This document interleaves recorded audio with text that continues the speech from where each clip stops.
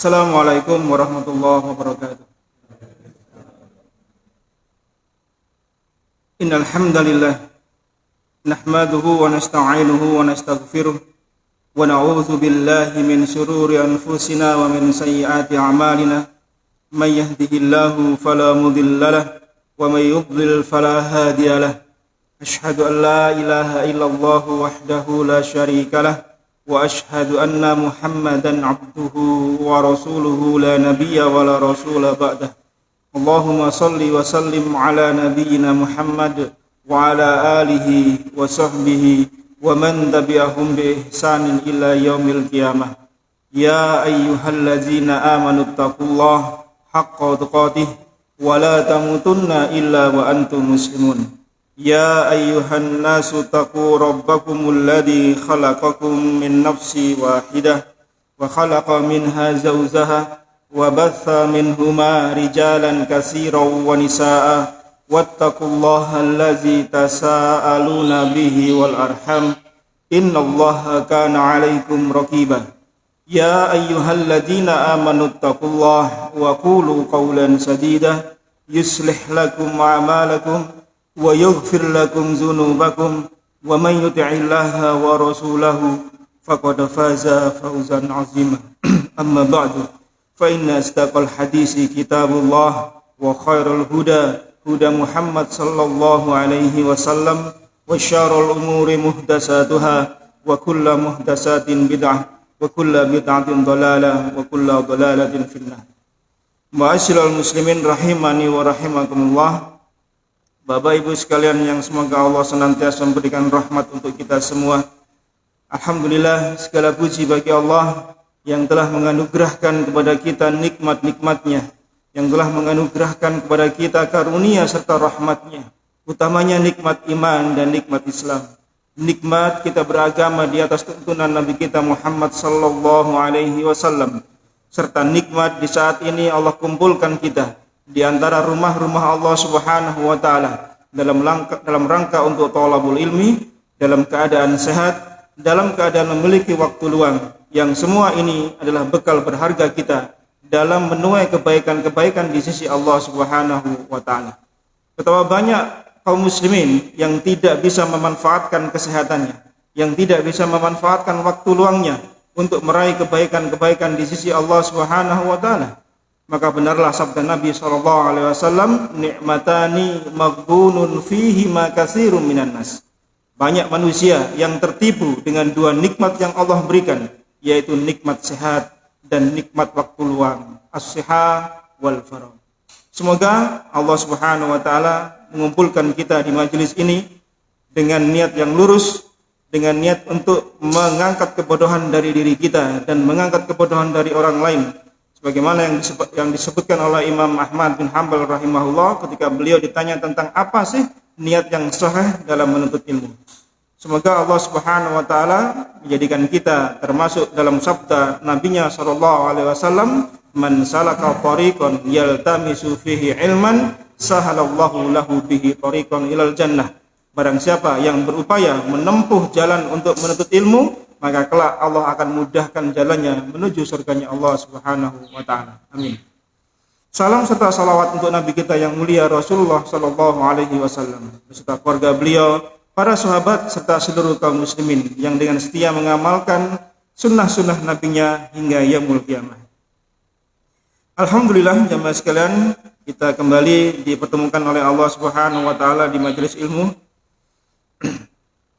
Kita masih membahas tentang al-kabair, dosa-dosa besar. Pada pertemuan terakhir kita telah menyelesaikan pembahasan tentang uququl walidain, dan kita masuk pada dosa besar yang ketujuh, yaitu ar-riba. Riba, jamaah sekalian rahimani wa rahimakumullah, menjadi pembahasan tersendiri ketika Allah Subhanahu wa taala mensyariatkan tentang jual beli. Riba menjadi syariat pembahasan bab tersendiri ketika Allah mensyariatkan batasan-batasan jual beli yang halal. Di antara nikmat Allah Subhanahu wa taala adalah Allah menghalalkan jual beli, yang dengannya kemudian manusia saling melengkapi kebutuhannya. Jika ada satu manusia memiliki kebutuhan pada barang yang lain yang ada pada manusia yang lain, maka syariat jual beli itu menjadi jalan keluarnya. Karena terkadang ketika seseorang menginginkan suatu barang, dia tidak memilikinya. Sementara dia butuh, sementara dia ingin. Maka ada orang lain yang memiliki barang yang kita inginkan, memiliki barang yang kita butuhkan, tetapi tidak mau hanya sekedar memberikan saja dengan cuma-cuma, kecuali harus dengan ditukar. Maka di sanalah muncul transaksi jual beli. Kita punya harta, kita punya sesuatu, ya, untuk dibeli, untuk yang membeli, kemudian ada orang lain yang punya barang yang kita butuh. Maka adanya transaksi jual beli. Yang di sana kemudian muncul kemaslahatan, karena harta tidak akan bisa diperoleh, ya, atau tidak diperoleh dengan cara mencuri.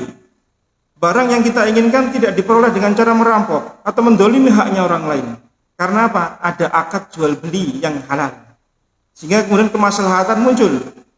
Dan di antara hikmah jual beli yang Allah syariatkan di sini, yaitu dengan jual beli seorang muslim memperoleh harta yang halal. Ketika dia melakukan transaksi jual beli, dia sebagai penjual, sebagai pedagang, dia akan memperoleh tambahan harta. Yang hartanya itu dia peroleh dengan cara yang halal. Dan ini hikmah. Yang kedua, kata para ulama, yaitu harta yang dia pergunakan, hasil dari perdagangan yang dia peroleh dari hasil perdagangan jual beli itu, ya, dia gunakan dalam rangka untuk taat pada Allah Subhanahu wa taala. Karena tidaklah Allah menerima harta kecuali dengan harta yang baik. Maka hasil dari jual beli yang dia peroleh, keuntungannya, ya, modalnya balik, dia dapat laba, dia gunakan untuk apa? Untuk bersedekah. Dia kumpulkan harta itu untuk membela agamanya Allah. Mungkin dia gunakan untuk pergi umroh, pergi haji dan seterusnya. Semua dari mana? Dari dia berdagang, dari dia berjual beli. Yang itu semua Allah halalkan.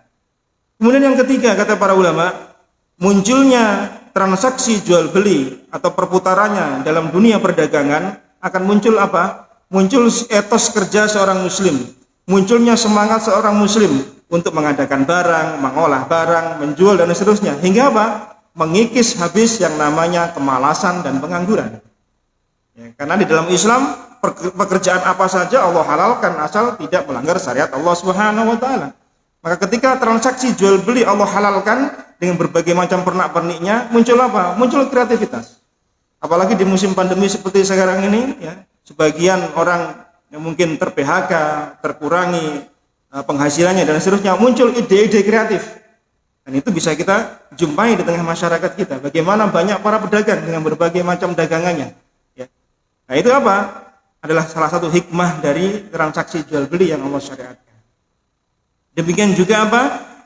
Yang keempat adalah dengan adanya perdagangan, maka manusia terbantu kemaslahatannya dari apa? Dari segi dia memperoleh hal-hal yang dia butuhkan. Makanan, dia nggak bisa ngolah makanan, nggak bisa bikin makanan, dia punya uang beli makanan. Dia nggak bisa produksi obat, beli papan, beli sandang dan seterusnya. Dari apa? Dari jual beli yang tapi di sana juga ada bab-bab yang kemudian dibatasi oleh Allah yang terkait dengan jual beli, yaitu masuk di dalamnya riba. Kemudian ketika Allah Subhanahu wa taala syariat Islam membahas tentang bab riba, maka menjadi pembahasan tersendiri pula ketika Allah Subhanahu wa taala menganjurkan kaum muslimin satu dengan yang lain saling ta'awun, saling tolong-menolong, membantu kesulitan saudaranya yang lain. Asas di dalam Islam ketika seseorang membutuhkan, orang lain memiliki kemampuan entah tenaga, otak, pikiran, ya, dan finansial, maka apa? Saling ta'awun. Allah Subhanahu wa taala berfirman apa? Wa ta'awanu 'alal birri wa taqwa wa la ta'awanu 'alal ismi wal 'udwan. Surah Al-Maidah ayat yang kedua. Dan tolong menolonglah kalian dalam kebaikan, dalam kebajikan dan ketakwaan, dan jangan tolong menolong dalam hal permusuhan, ya, dosa dan permusuhan serta pertumpahan darah. Asas seperti ini jemaah sekalian akan jauh dari yang namanya riba. Karena apa? Asasnya ta'awun. Asalnya saling tolong menolong. Sebagaimana Nabi SAW bersabda dalam hadis riwayat Muslim, dalam hadis yang panjang dari Abu Hurairah radhiyallahu anhu, Nabi SAW bersabda, "Man nafasa an mu'minin kurbatan min kurabid dunya." Barang siapa yang melapangkan satu kesusahan dunia. Nafasa itu asalnya dari makna memberikan nafas. memberikan kehidupan, yang memberikan kelapangan. Urusan dunia dari seorang mukmin, apa balasan Allah? Naffasallahu anhu kurbatan min kurabi yaumil qiyamah. Allah akan lapangkan satu kesusahannya nanti di yaumul qiyamah. Siapa yang melapangkan urusan saudaranya, kebutuhan saudaranya, satu saja, Allah akan lapangkan satu kesusahannya di yaumul qiyamah. Kita tahu bagaimana hiruk pikuknya hari kiamat. Kita tahu bagaimana dahsyatnya nanti di yaumul qiyamah. Matahari Allah dekatkan 1 mil di atas kepala kita, keringat bercucuran, ya, karena sesuai dengan amal-amalnya masing-masing. Ada yang sebatas mata kakinya, ada yang sebatas lututnya, sebatas pinggangnya, sampai sebatas dadanya, ada yang sampai tenggelam. Semua karena apa? Karena amal soleh yang mereka tanam sendiri-sendiri ketika di dunia. Maka di saat seperti itu, jemaah sekalian, kita sangat butuh pertolongan dari Allah Subhanahu wa Ta'ala untuk mengeluarkan kita dari kesusahan-kesusahan di akhirat. Salah satunya apa? Kita tolong melapangkan urusan saudara kita di dunia. Apa prinsipnya? Ta'awun, jemaah. Kemudian apa kata Nabi SAW berikutnya? Waman yassaru ala mu'sirin. Barang siapa yang memudahkan urusan orang lain yang kesulitan dalam hal hutang piutang. Sebagaimana datang ayat dari Allah Subhanahu wa Ta'ala, bagaimana bentuk kita memudahkan urusan orang yang sedang berhutang? Wa in kana dzu usratin fanadiratu ila maisarah. Wa anta saddaqu khairul lakum in kuntum ta'lamun. Al-Baqarah 280. Jika orang yang berhutang itu dalam kesulitan, maka berilah dia tempo, berilah dia tangguh, sampai dia menjumpai kemudahan, kelapangan dalam mengembalikan hutangnya. Dan jika kamu mensodakohkan hutang itu, maka itu lebih baik bagimu jika engkau mengetahuinya. Nah, prinsip dasarnya apa? Ta'awun, jemaah. Kalau ada orang berhutang, itu prinsipnya menolong, bukan mencari untung. Ya. Prinsip orang ketika kesulitan berhutang, maka apa? Dibantu. Karena Allah Subhanahu wa Ta'ala sebutkan di sini apa? Kasih tempo, kasih tenggang, kasih waktu. Dia ada waktu untuk memperoleh, untuk bekerja, untuk kemudian mengumpulkan harta, untuk kemudian dia melunasi hutangnya. Jika ternyata dia kesulitan terus, kasih tempo kembali. Demikian dan demikian.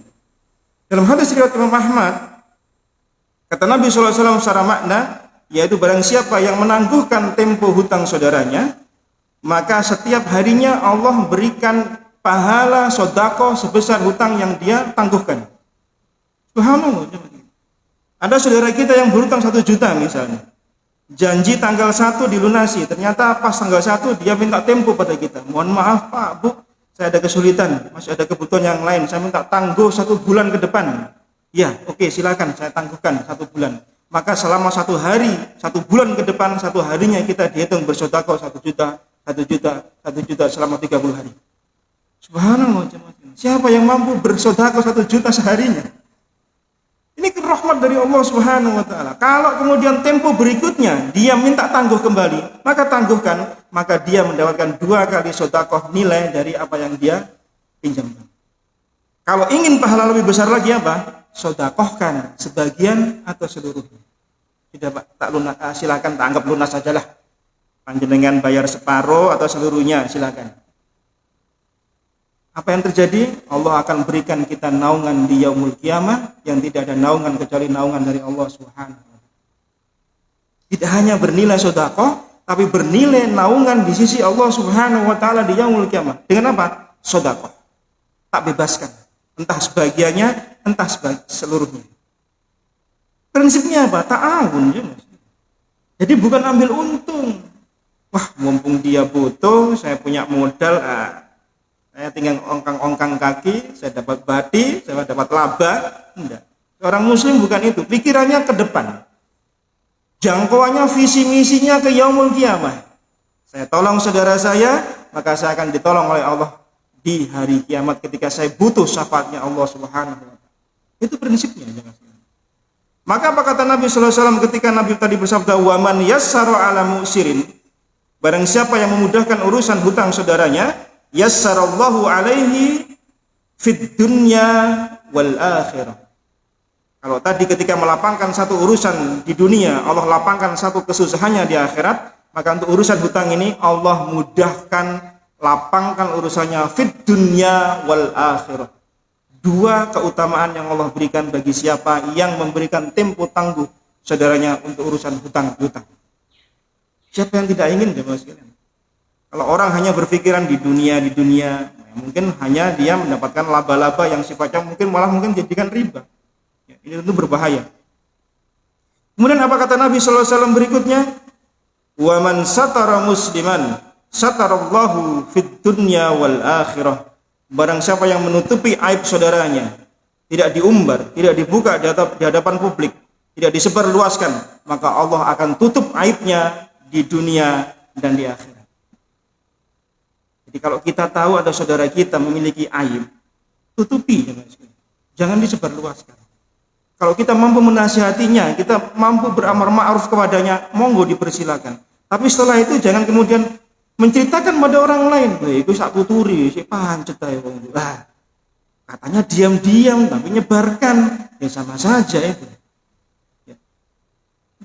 Kalau dia berubah, alhamdulillah, tidak berubah, gugur kewajiban kita untuk menasihatinya. Tapi jangan disebarluaskan. Kecuali memang ada mudorot, yang mudorotnya tersebar di publik, maka kita pun menyebarkannya. Tapi kalau kita tahu, yang orang lain tidak tahu, jangan kemudian ngajak orang lain untuk tahu juga, gitu loh. Nasihati dia. Ya, mungkin kita tahu, ya mohon maaf, mungkin barangkali ada teman kita, mungkin minum minuman keras. Jangan dipublish, jangan disebarkan di media, jangan diceritakan pada orang lain. Nasihati yang bersangkutan, tutupi aibnya. Itu saudara kita. Kalau dia bikin kesalahan, kasih uzur. Barangkali dia punya uzur ini, uzur itu, uzur ini. Bukankah kata Umar bin Khattab radhiyallahu anhu, jika saudaramu bikin satu hal yang mungkin tidak mengenakkan pada dirimu, kasih 60 uzur. 60 alasan mengapa dia melakukan seperti itu. Oh mungkin dia begitu. Oh mungkin dia begitu. Enggak, oh mungkin yang lain. Begitu seterusnya hingga kemudian kita menjadikan dia orang yang gampang kita maafkan. Tutupi aibnya. Jangan disebar. Orang itu sering nyebar-nyebarkan. Beritanya satu jadi 20 berita dengan tambahan-tambahan sana tambah sini. Jarang berita itu yang terkurangi, seringnya nambahi biasanya. Ya. Apalagi di framing bahwasanya itu suatu hal yang buruk. Wah, sudah habis itu orangnya. Terjadilah pembunuhan karakter pada orang yang bersangkutan. Nah, ini nggak boleh. Kita membunuh karakter orang. Orang menganggap si fulan jadi orang nggak baik. Gara-gara ucapan kita. Kita memframing si fulan ini bahwasanya oh dia begini-begini. Dikondisikan sehingga kemudian orang menganggap dia adalah orang yang buruk. Padahal tidak seburuk apa yang kita sampaikan di hadapan khalayak. Tutupi aib saudara kita, maka Allah akan tutupi aib-aib kita di dunia dan akhirat. Kita ini jemaah sekalian, demi Allah, kita terlihat baik di hadapan orang bukan semata-mata karena amal-amal soleh kita. Amal soleh kita dibanding dengan apa yang kita lakukan dengan keburukan masih kurang banyak di hadapan Allah Subhanahu wa taala. Salah satu sebab orang memandang kita baik, salah satunya apa? Karena Allah tutupi aib-aib kita. Bukan semata-mata karena amal-amal kebaikan kita. Kalau kita masing-masing tahu keburukan masing-masing orang, kita tidak akan mau berteman dengan dia. Nah, tahu si fulan buruk, termasuk para pembicara pun juga nggak ada kebaikannya pula. Tapi Allah tutupi keburukan itu untuk tidak dipublish di hadapan khalayak. Karena barang siapa yang mengorek-ngorek saudaranya, menyebar-nyebarkan keburukan, Allah akan mengorek-ngorek keburukannya hatta dia ada di rumahnya. Kata Nabi demikian. Kalau orang itu sering ngorek-ngorek kesalahan orang lain, kemudian disampaikan di hadapan publik, walaupun dia di rumah, Allah akan sebarluaskan aibnya nanti. Entah dengan cara apa. Disebarluaskan. Walaupun dia di rumah, dia nggak keliling. Kalau orang sering interaksi dengan orang luar kan tahu keburukannya ya. Ini orang di rumah kan orang nggak pada tahu. Tapi Allah akan buka aibnya, keburukan-keburukan. Orang sering menistakan agama, sering membuat anekdot tentang agama. Allah buka aibnya. Ya, berita barusan, ya, kalau antum ngikuti berita, dibuka aibnya oleh Allah Subhanahu Wa Taala. Allahu Akbar. Betapa hinanya orang seperti itu. Ya, dikatakan ini dan itu, Masya. Maka berhati-hatilah jemaah sekalian ya, terhadap kehormatan saudara kita. Apa kemudian Nabi SAW melanjutkan, wallahu fi aunil abdi ma kana al abdu fi auni akhi. Allah senantiasa menolong seorang hamba selama si hamba itu menolong saudaranya. Kalau kita ingin ditolong oleh Allah Subhanahu wa taala dalam keadaan apapun, maka banyaklah terus menolong saudara kita. dengan kemampuan yang kita punya. Kita masing-masing, kita yakin masing-masing punya kelebihan dan kekurangan. Maka kelebihan kita gunakan untuk menolong saudara kita. Entah pikiran, tenaga, biaya, dan seterusnya.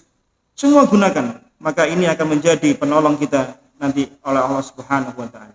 Allah lanjutkan, Nabi lanjutkan, wa man salaka tariqan yaltamisu fihi ilman sahalallahu lahu bihi tariqan ilal jannah. Barang siapa yang meniti jalan untuk mencari ilmu, maka Allah akan mudahkan jalannya menuju surganya Allah Subhanahu wa taala. Wa majtama'a qaumun fi baitin min buyutillah yatluna kitaballahi wa yatadarasunahu bainahum illa nazzalat alaihimus sakinah wa ghasyiyatuhumur rahmah wa hafathumul malaikah wa zakarahumullahu fiman indah. Tidaklah satu kaum berkumpul di rumah-rumah Allah Subhanahu wa taala. Mereka mempelajari Al-Qur'an, saling memahamkan di antara mereka. Melainkan Allah akan turunkan 4 keutamaan pada kaum tersebut. Apa? Allah berikan sakinah. Allah turunkan rahmat. Allah turunkan malaikat untuk mengelilingi mereka, dan nama-nama mereka disanjung di hadapan para malaikat di sisi Allah Subhanahu wa taala. 4 keutamaan dalam hadis ini saja Mas sekalian sudah cukup bagi kita untuk kita bersemangat dalam datang di majelis ilmu, untuk duduk bersimpu di majelis ilmu, thalabul ilmi. Ini sudah cukup hadis ini keutamaannya untuk kita bersemangat dalam mencari ilmu. Jangan kemudian ketika kajiannya tidak offline misalnya, mungkin masih online, kemudian kendor semangatnya. Tidak. Ya, wasilah itu kita gunakan untuk meraih kebaikan di sisi Allah Subhanahu wa taala. Entah yang online, entah yang offline, semuanya adalah wasilah dari Allah Subhanahu wa taala. Maka gunakan itu dalam rangka untuk mencari kebaikan di sisi Allah Subhanahu wa taala. Hadis itu ditutup dengan sabda Nabi sallallahu alaihi wasallam, "Wa man bata'a bihi amaluhu lam yusri bihi nasabuhu." Barang siapa yang lambat amalnya, tidak banyak beramal, malas beramal, maka nasabnya tidak akan bisa memperbaiki dirinya. Nasabnya tidak akan bisa mengangkat derajat dirinya. Orang menyandarkan nasabnya, saya keturunan ini, saya keturunan itu, ngomong tapi nggak mau beramal. Ngaku dirinya keturunan Nabi sallallahu alaihi wasallam tapi nggak mau beramal soleh, nggak ada manfaatnya. Lihat Abu Lahab, paman Nabi sallallahu alaihi wasallam. Allah turunkan surah Al-Lahab yang memvonis dirinya masuk neraka. Allah Subhanahu wa taala 10 tahun ayat itu turun, baru meninggal dunia Abu Lahab, tanpa pernah kita tahu, tanpa pernah tersebar berita entah yang sahih maupun yang dhaif sekalipun, Abu Lahab masuk Islam. Paman Nabi. Bahkan ketika Nabi SAW naik ke Bukit Sofa, di awal-awal beliau dakwah secara jahriyah, beliau seru orang-orang Quraisy, setiap bani-baninya, setiap anak-anak suku beliau sebut satu persatu dengan mengatakan, beramallah kalian, karena aku tidak bisa membantu kalian di sisi Allah Subhanahu wa taala. Sampai pun Fatimah binti Muhammad, beramallah, karena aku tidak akan bisa membantu dirimu sedikit pun di hadapan Allah Subhanahu wa taala. Apalagi kita yang enggak ada garis keturunan nasab dengan Nabi sallallahu alaihi wasallam. Bukan juga keturunan kiai atau ulama, kemudian kita malas beramal. Lalu apa yang kita unggulkan di hadapan Allah Subhanahu wa taala? Nasab enggak jelas, hormat apa enggak, amal juga enggak jelas. Maka kemuliaan nasab ditambah dengan amal soleh, maka saling melengkapi. Kalaupun juga tidak memiliki nasab yang mulia, amal soleh itulah pegangan kita di hadapan Allah Subhanahu wa taala. Jangan kemudian patah arang, wah nasab saya bukan keturunan ningrat, bukan keturunan kiai. Tidak apa-apa, yang penting amal soleh, beriman pada Allah Subhanahu wa taala. Salman Al-Farisi, siapa beliau? Keturunannya siapa? Orang Parsi, orang Persia, penyembah api, orang Majus. Tapi apa? Beliau mulia di sisi Allah Subhanahu wa taala, menjadi sahabat dekatnya Nabi sallallahu alaihi wasallam dengan apa? Iman dan amal soleh. Ya. Ini sebagai pembuka, muqaddimah dari apa yang kita bahas tentang perkara riba ini. Karena asasnya apa? Tolong menolong. Ya. Karena begitu di sana ada keuntungan-keuntungan pribadi, keuntungan duniawi, mungkin muncullah kemudian pantangan-pantangan terhadap harta. Jamaah sekalian yang dimuliakan oleh Allah Subhanahu wa taala, riba ya adalah termasuk pantangan-pantangan di dalam harta. Salah satu ciri orang yang terlaknat, salah satu ciri orang yang tercela. Apa kata Allah Subhanahu wa taala? Alladzi jama'a malahu wa addadah. Yaitu orang yang mengumpulkan harta dan menghitung-hitungnya. Mengumpulkan harta sebagai bentuk rakusnya dia terhadap dunia, terhadap harta, menghitung-hitungnya sebagai bentuk apa? Kikirnya dia terhadap harta. Kalau sudah orang mengumpulkan harta rakus, dia kumpul-kumpulkan, kemudian dihitung-hitung sebagai bentuk kikirnya dia pada harta, maka ketika keluar apa? Ya dia pikir-pikir, dia berhitung. Saya punya modal.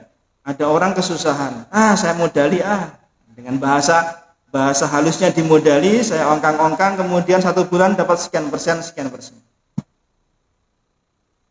UKM kecil, pasar-pasar, 1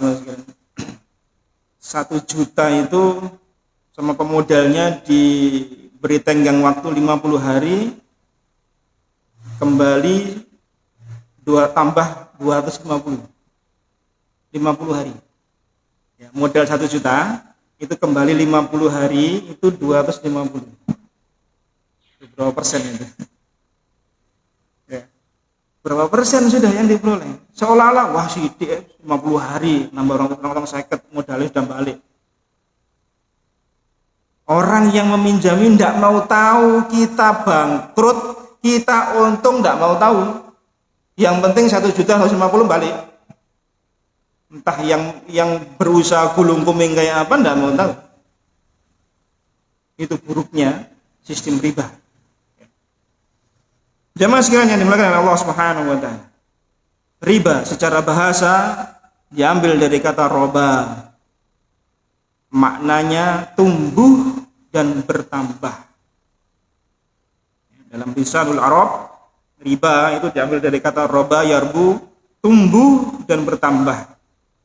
Dalam banyak ayat-ayat Allah Subhanahu wa taala diambil dari akar kata roba itu banyak sekali. Di antaranya adalah dalam surah Al-Haqqah ayat yang ke-10. Di sana Allah Subhanahu wa taala berfirman, fa'asaw rasula rabbihim fa'akhazahum ahzatar rabiyah. Maka mereka mendurhakai utusan Tuhannya, Allah menyiksa mereka dengan siksaan yang sangat keras, rabiyah. Artinya apa? Siksa yang terus bertambah, dari kata roba. Ayat ini bercerita tentang siksaan Fir'aun dan bala tentaranya yang mendurhakai Nabi Musa dan Nabi Harun alaihissalatu wassalam. Siksanya bertambah. Kata para ulama, makna tambahan robiyah, hukuman di sini bertambah, maknanya 2. Yang pertama, disiksa dengan siksaan yang berlipat-lipat keras dibanding dengan orang kafir yang lain. Jadi Fir'aun itu dibanding dengan orang kafir yang lain, itu siksanya lebih keras, bertambah-tambah terus.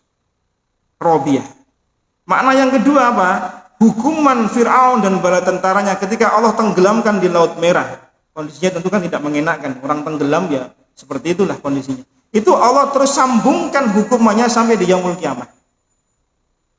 Jadi maknanya 2, yang semuanya saling melengkapi. Maknanya apa? Bertambah dan tumbuh terus hukumannya, tidak berhenti. Coba kita tengok lagi di ayat yang lain ketika Allah Subhanahu wa taala berfirman dalam surah Al-Hajj, di ayat yang panjang, di ayat yang ke-5 surah Al-Hajj, di sana di bagian hampir akhir ada firman Allah, fa idza anzalna 'alaihal ma'ah tazzat wa rabat wa ambatat. Kemudian apabila telah kami turunkan air hujan di atas bumi, hiduplah bumi dan menjadi subur. Robat di sana maknanya menjadi tumbuh. Bumi tumbuh. Setelah gersang sebelumnya, Allah turunkan air hujan, tumbuh. Itu makna dari kata akar roba. Jadi riba itu secara bahasa bertumbuh, bertambah.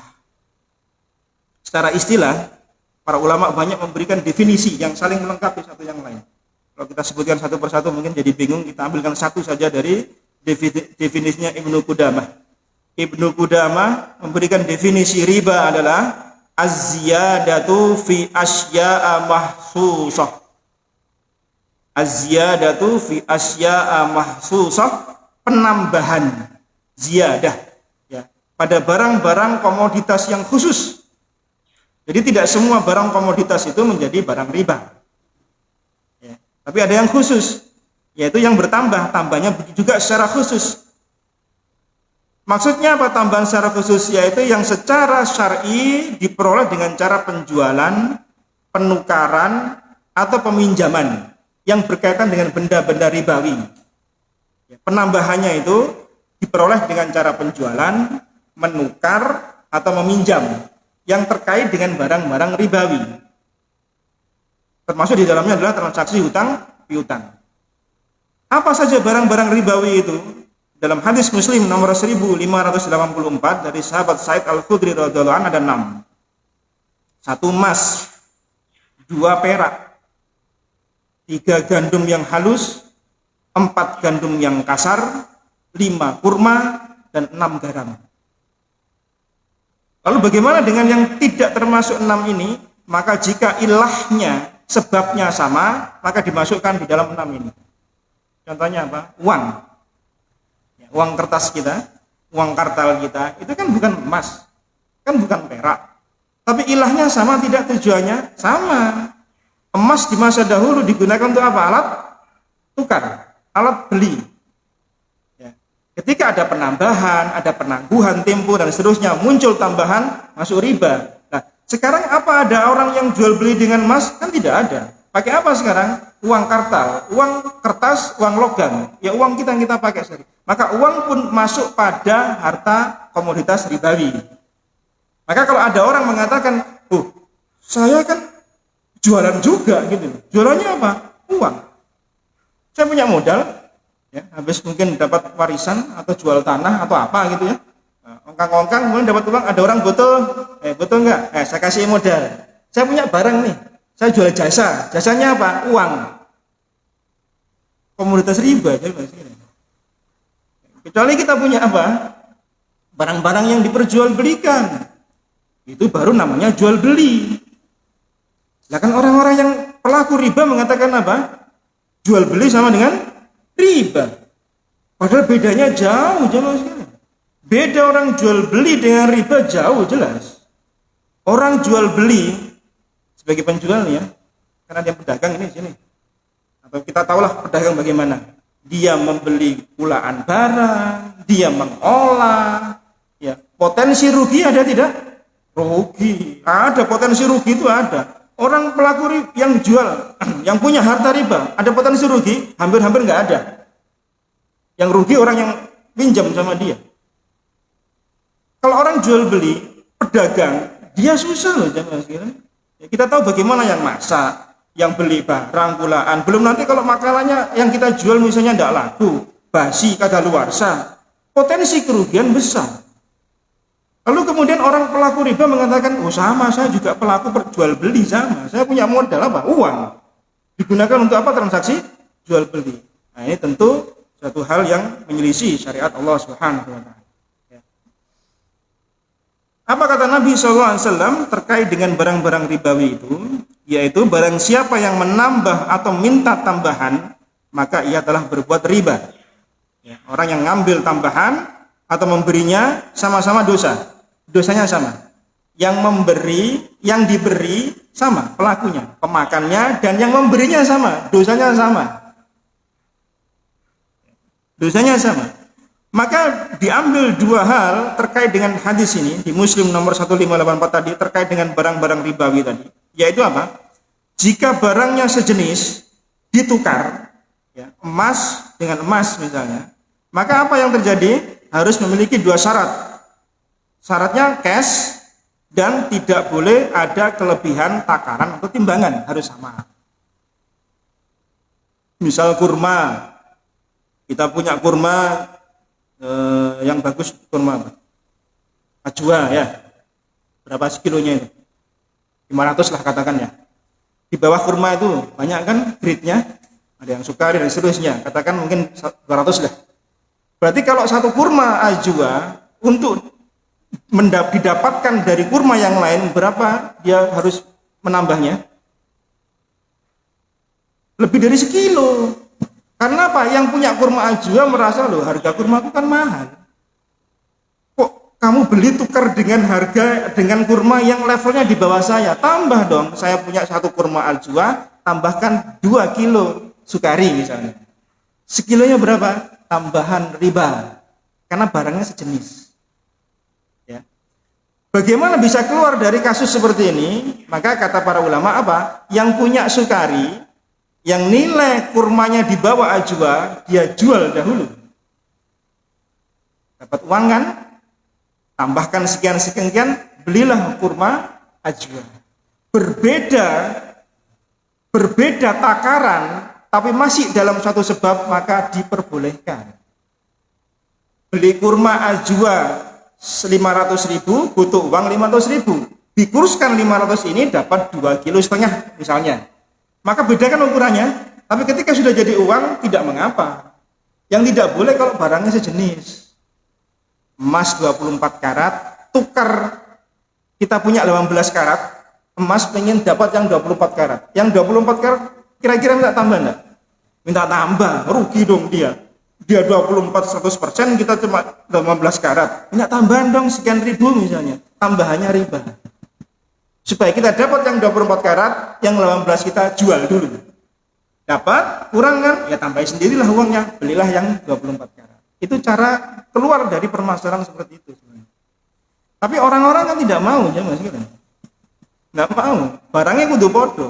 Beras yang bagus ditukar dengan beras yang kualitasnya di bawahnya, dia minta tambahan. Kenapa? Loh, beras saya ini bagus, kualitas 1, beras Anda banyak airnya, kandung airnya, kalau dimasak nanti begini, tambahkanlah 2 kilo misalnya, tambahannya riba. Itu mungkin yang bisa difahami. Kaidahnya apa secara umum? Ada 8 kaidah yang disebutkan oleh para ulama terkait dengan masalah riba.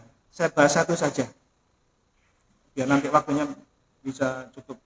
Satu kaidah di antara pembahasan umum masalah riba, kita biar faham apa sih itu riba.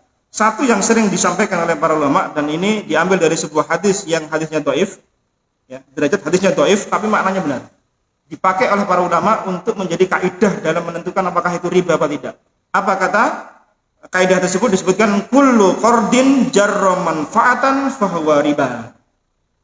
Kullu qardin, setiap utang piutang, jarra manfaatan, yang ditarik manfaat dari hutang piutang tersebut, apa? Fahuwa riba, maka itu riba. Hutang piutang. Terus kita ada keuntungan dari transaksi hutang piutang itu, fahuwa riba, itulah riba. Dari 8 kaidah yang dibuat para ulama terkait riba, ada satu yang sering kita dengar, yaitu kullu qardin jarra manfaatan fahuwa riba. Ibnu Qudamah menjelaskan kaidah ini, wa kullu qardin syarata fihi ayyazidahu fahuwa haramun. Setiap hutang yang disyaratkan tambahan di awalnya. Jadi ketika transaksi hutang piutang, Pak, nanti sampai kalau pinjam 1 juta, tambahkan 1.100.000 lah. 100-nya ada tambahan yang disyaratkan di awal. Maka itu kata Ibnu Qudamah, fahuwa haramun, itu haram. Bi ghairi khilaf, tanpa ada khilaf di kalangan ulama. Yaitu apa? Tambahan yang dipersyaratkan di awal. Lalu bagaimana kalau si pemberi hutang, yang berhutang, memberikan hadiah tambahan sebelum pelunasan hutang atau setelah pelunasan hutang? Dibahas oleh para ulama, boleh apa tidak? Boleh apa tidak? Saya sampaikan 4 pendapat di kalangan para ulama terkait manfaat yang diperoleh dari hutang piutang tambahan tadi itu. Apakah yang diberikan itu sebelum atau setelah pelunasan itu ada implikasi hukumnya? Yang pertama, berdasarkan pendapat dari ulama-ulama Hanafiyah, penghutang itu, yang berhutang, itu boleh ngasih hadiah kepada yang dihutangi, kepada yang punya uang, ya, sebelum dia melunasi hutangnya. Jadi sebelum dia memiliki membayar hutang, maka di tengah-tengah itu dia bayar, ngasih tambahan ini, ngasih hadiah ini, ngasih oleh-oleh, itu diperbolehkan. Tapi kalau tujuannya untuk memperlambat atau menambah proses dari hutangnya supaya dikasih tempo, maka kalau ulama Hanafiyah menyebutkan ini secara warok, untuk kehati-hatian, ditolak. Karena ada indikasi apa? Ketika diberi hadiah, kita kan, oh iya, wong iki apik, wis gapus tak kasih unduran tempo lah. Jadi hadiahnya itu berfungsi apa? Ngundurkan temponya. Ini secara kehati-hatian mereka menolak. Tapi kalau tidak ada sebab maka diterima. Itu pendapat Hanafiyah. Pendapat dari Malikiyah adalah tidak boleh memberikan hadiah sampai temponya dibayarkan. Tidak boleh. Ya.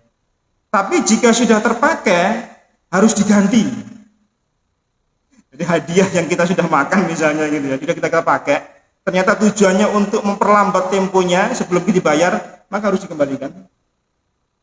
Kalau makanan, ya ganti makanan itu berikan pada dia, atau diganti dengan yang semisal.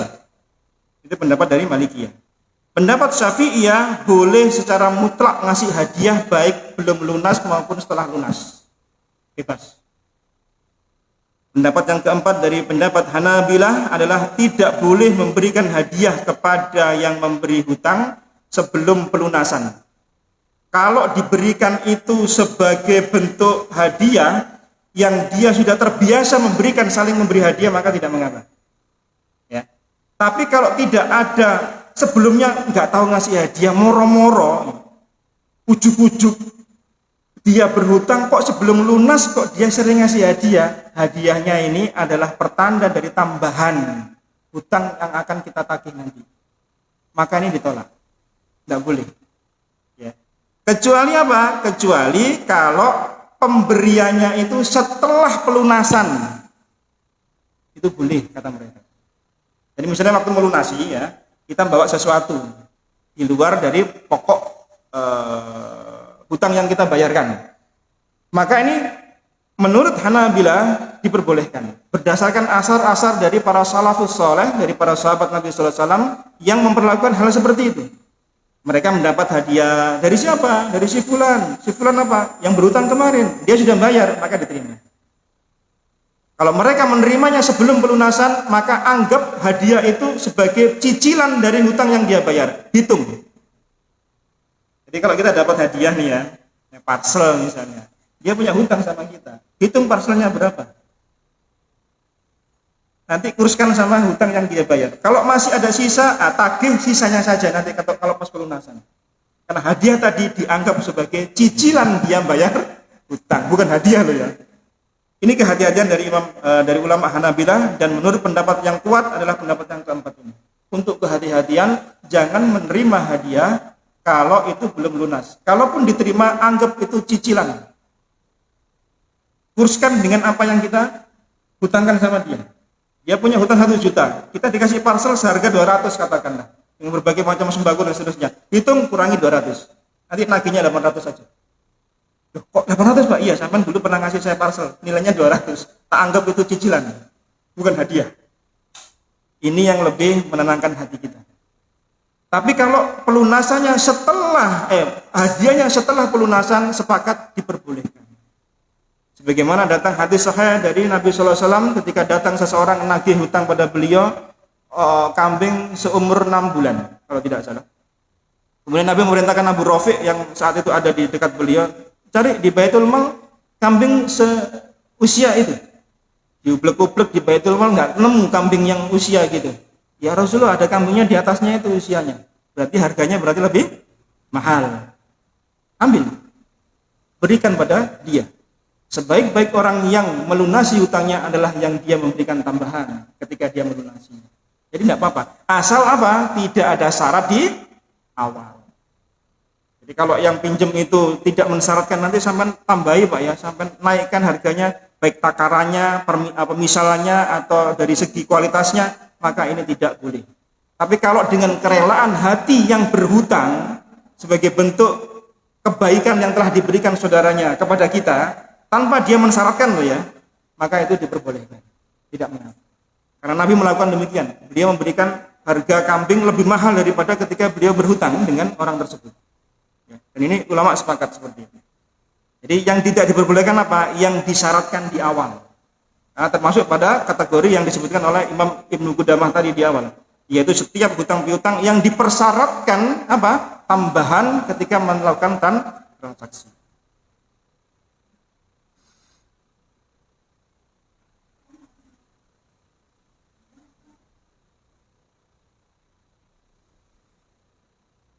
Kemudian kita masuk pada macam-macam riba. Sebenarnya kita pembahasannya di dosanya ya, tapi tidak apa-apa, kita singgung sedikit tentang fikihnya supaya kita semakin paham. Macam-macam riba ada 3. Satu, riba fadl, yaitu riba pada barang yang sejenis, kemudian ada tambahan.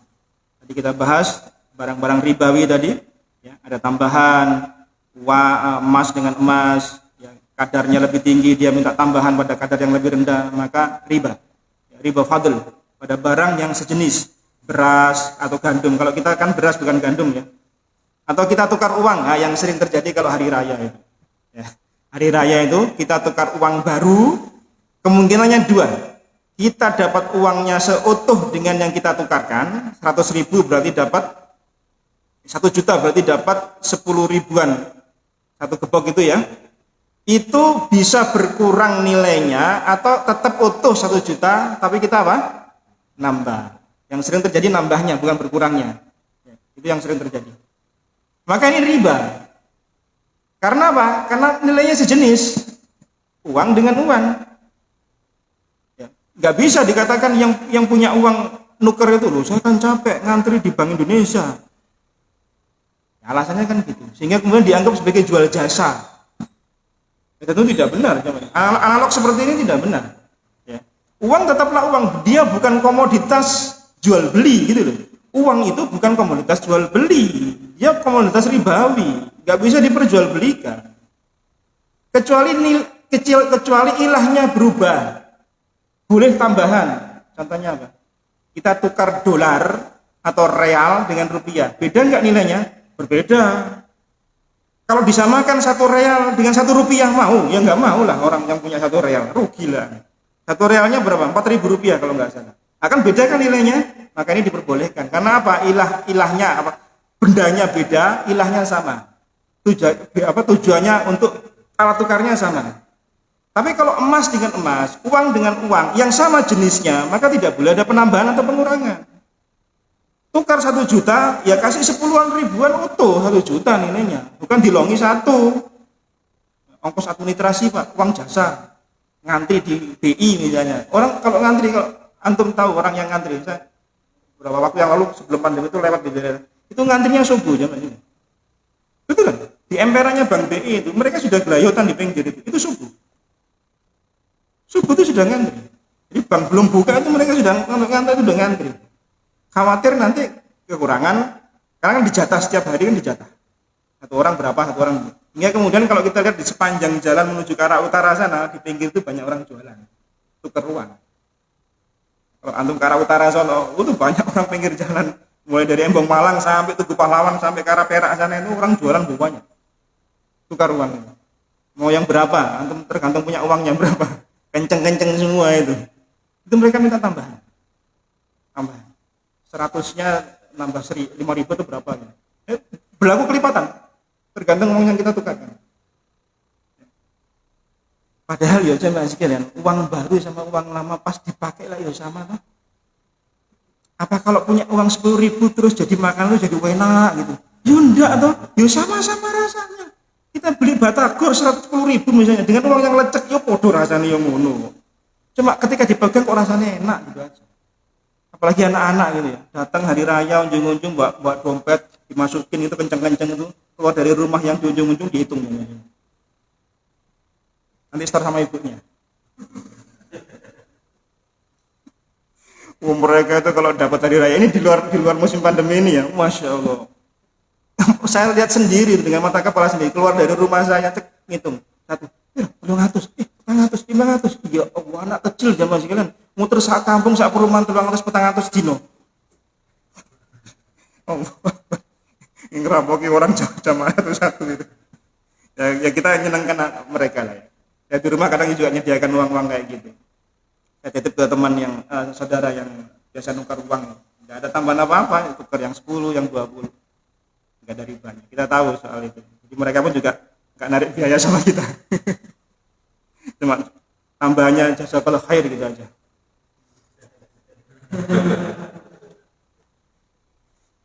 Yang kedua yaitu riba nasiah. Riba yang terjadi pada barang yang sejenis atau beda jenis namun masih satu sebab, satu alasan. Contohnya apa? Emas ya, ditukar dengan uang. Artinya kita beli emas dengan uang, itu loh maksudnya. Maka syaratnya apa? Tidak boleh ada penundaan. Kalau ditunda jadi riba. Jadi harus langsung, ya, harus cash, tunai. Tidak boleh ada penundaan. Tak bayar kok dino ngarep ya. Atau kita beli online, ada kan? Ya, belanja online itu ya jamaah sekalian. Itu sebagian ada yang sudah mulai nyasar ke emas. Boleh sebenarnya belanja lewat online emas itu boleh. Tapi syaratnya di HP kita atau di laptop kita langsung begitu kita klik transfer emasnya keluar dari HP kita atau dari laptop kita itu boleh. Karena cash kan langsung kan? Ya. Masalahnya kan nggak mungkin terjadi emas langsung keluar dari HP kita, dari perangkat gadget kita ketika kita transfer uangnya tertunda kan? Riba. Makanya harus ketemu sama orangnya. Harus langsung ketemu. Supaya tidak ada penambahan. Tenggang waktu itu jadinya riba di barang-barang yang ribawi. Ya. Kan ada beli emas kredit ada enggak? Ada beli emas kredit itu ada. Sebagian kaum muslimin masih menggunakan seperti itu.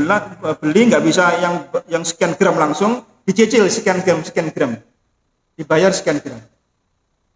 0,2, 0,3 sampai terkumpul berapa gram yang dia inginkan. Dicicil setiap bulan sesuai dengan kesepakatan yang pemilik. Itu riba. Jadi harus cash. Yang ketiga namanya riba qard, yaitu riba yang terkait dengan hutang piutang. Maka disyaratkan apa? Di riba qard itu adalah tidak adanya keuntungan yang ditarik atau tidak ada timbal balik pemanfaatan. Contoh, kalau yang berhutang ngutangi 1 juta dengan syarat rumahnya tak pakai ya, ada pemanfaatan. Dia mengagunkan kendaraannya dipakai sama yang memberikan hutang. Padahal tidak boleh.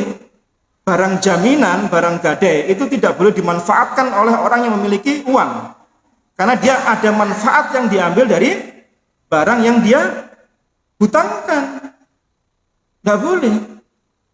Ini sebagian kaum muslimin nggak tahu ya mas. Dia gadai sekian juta. Saya taruh motor 1 bulan saya bayar. Motornya nganggur nih ngomah. Tak kayak belanja sama istri saya. Ngantar anak saya sekolah, ngantar ikut kajian taklim, naik motor enak. Motor orang yang jaminkan hutang pada kita ambil manfaat tidak dapat manfaat dari motornya, tidak boleh. Tapi kalau motor itu tidak dipanasi, misal bertahun-tahun lah ya, gadenya itu kalau nggak dipanasi kira-kira mesinnya mati tidak, rusak kan? Maka boleh dipanasi. Kalau keluar bensin untuk manasinya sekedar jalan saja supaya mesin ini hidup, maka tidak mengapa-apa. Nanti diklaimkan kepada si pemilik motor. Pak, saya keluar bensin 1 liter misalnya untuk manasi, diganti 1 liter. Tapi kalau motornya gak ono perlunya digawe sama orang yang punya uang, dia berarti memanfaatkan barang gadai, berarti dia ngambil keuntungan dari hutang. Itu di desa-desa banyak ya mas. Menghutangkan ini sawah dan seterusnya, sawahnya dibajak, ditanami. Padahal itu sawah jaminan itu. Saya dapat cerita dari seorang jamaah ketika kajian ini. Gimana? Saya itu ada orang di desa itu pinjam uang sama saya, menggadaikan sawah. Sawahnya nganggur, saya pakai itu, saya tanami. Hasilnya saya pakai sendiri loh. Kok enak sampean pakai barangnya orang lain? Gak boleh ya mas. Kalau dia memanfaatkan itu, ya nanti dikuruskan. Dengan apa? Dengan hutang yang dia pinjamkan. Berarti kan dia ada manfaat. Ada manfaat. Kalau gadainya disimpan kemudian untuk uang administrasi sekian persen setiap bulannya, ya riba. Istilah sekarang barangnya di sekolah nol ya. Barangnya sekolah. Nanti kalau sudah lulus diambil gitu. Setiap bulannya apa? bungai. Supaya barang pokoknya ini tidak hilang, maka dibungai kan. Nah, bunganya kan jadi riba. Oh, alasannya mereka administrasi. Administrasi. Ya. Solusi tanpa solusi. Apa itu? Slogannya apa ini? Solusi nambah ruwet apa itu gimana? Saya lupa itu. Ya, ini tidak boleh jemaah sekalian ya. Namanya riba qard ya, ada keuntungan yang ditarik dari hutang piutang. Jemaah sekalian yang dimuliakan oleh Allah Subhanahu wa taala, tidaklah Allah mengharamkan riba bukan hanya di umat Islam saja. Riba itu Allah haramkan di umat-umat yang lalu. Setiap agama Allah syariatkan riba itu haram. Bukan hanya agama Islam loh ya. Coba tengok di surah An-Nisa ayat 161. Di surah An-Nisa ayat 61. Di sana Allah berfirman, "Wa ahdihimur riba wa qad nuhu anhu wa aklihim amwalan nasi bil batil." Allah menceritakan tentang pelanggaran-pelanggaran yang terjadi pada orang-orang Bani Israel. Mereka makan riba padahal sudah dilarang. Dan mereka makan harta orang lain dengan cara batil. Orang-orang Bani Israel, orang-orang Yahudi, itu sudah dilarang melakukan riba. Tapi mereka tetap makan harta orang lain dengan cara riba, dengan cara yang batil. Kata para ulama, pengharaman ini tidak hanya pada kitab Al-Quran, tapi ada kitab-kitab yang lalu pun juga diharamkan. Kebiasaan orang Yahudi jemaah sekalian, itu mereka kan melakukan riba. Praktek hidup mereka itu, mereka kaya, mereka sukses makmur dengan riba. Tapi masalahnya mereka itu tidak mau melakukan riba di antara mereka. Sesama kaum Yahudi dilarang melakukan riba. Mereka melakukan riba pada orang selain ya Yahudi. Mereka rasis untuk urusan ini. Kita dikatakan rasis, mereka yang rasis. Rasisnya apa? Dia memperlakukan riba bukan pada golongan mereka, pada orang luar. Ketika pendatang Madinah, orang-orang Yahudi datang ke Madinah, mereka orang-orang kaya. Ya. Ketika orang-orang jahiliyah dahulu itu senangnya pesta. Pesta dana dari mana? Hutan. Sama orang-orang kaya di Madinah yang Yahudi. Ketika orang-orang Yahudinya itu nagih, mereka tidak bisa bayar uang, jaminannya apa? Tanah disita. Hingga kemudian mereka memperluas pemukiman Yahudi di Madinah. Mereka menindas orang-orang pribumi, ya, orang-orang Yathrib ketika itu yang belum datang namanya Madinah, belum datang Islam. Pola hidup mereka ngikuti pola hidupnya jahiliyah, ngikuti pola hidupnya ribanya orang Yahudi. Hutang pakai bunga berbunga terus. Jaminannya apa? Agunannya tanah. Mereka nggak bayar, tanah disita. Itu yang terjadi. Jadi mereka orang-orang Yahudi itu sudah dilarang sama Allah, jangan makan riba. Mereka tetap melakukan praktek riba. Tapi bukan sama mereka, tapi sesama kepada orang yang bukan orang Yahudi. Prosesnya itu mengatakan Islam ini katanya melanggar HAM. Ya, mereka yang melanggar HAM. Untuk urusan ekonomi mereka rasis. Ya. Apa buktinya bahwasanya agama-agama yang lalu itu juga diharamkan untuk melakukan riba? Di masa jahiliyah kita pernah tahu kisah bagaimana dahulu Ka'bah sempat hancur, sempat rusak karena bencana banjir yang datang. Ka'bah itu kan ada di bawah lekuan sisi-sisi bukit. Jadi kalau hujan datang gelontor, wah langsung jadi lekuan. Terterjang banjir. Rusak di beberapa tempat, kemudian mereka membangun Ka'bah. Tetapi yang menarik jemaah sekalian, bahwasanya pemuka mereka yaitu Abu Wahab bin Amir al-Makhzumi, pemukanya orang Quraisy di masa jahiliyah dulu. Ketika membangun Ka'bah, dia mengumumkan jangan ada harta pelacuran, jangan ada harta jualan miras, jangan ada harta riba untuk membangun Ka'bah. Bayangkan ya Mas, fitrah mereka menolak riba. Mereka nggak tahu syariatnya riba dilarang, tapi mereka nggak mau riba masuk pada pembangunan Ka'bah. Subhanallah, orang jahiliyah dahulu itu nggak mau soal riba masuk ke tempat ibadah mereka. Sekarang orang untuk membersihkan harta ribanya apa? Nyumbang masjid. Sedekah Ada, betul. Sehingga kemudian jamaah karena mengetahui latar belakang si penyumbang, kemudian untuk membersihkan namanya itu, mereka donasi ngumpulkan harta swadaya untuk mengganti harta dari yang disumbangkan untuk bangun masjid tadi. Karena tahu sekian persen dari nilai yang masuk donasinya itu dari orang pelaku ribawi.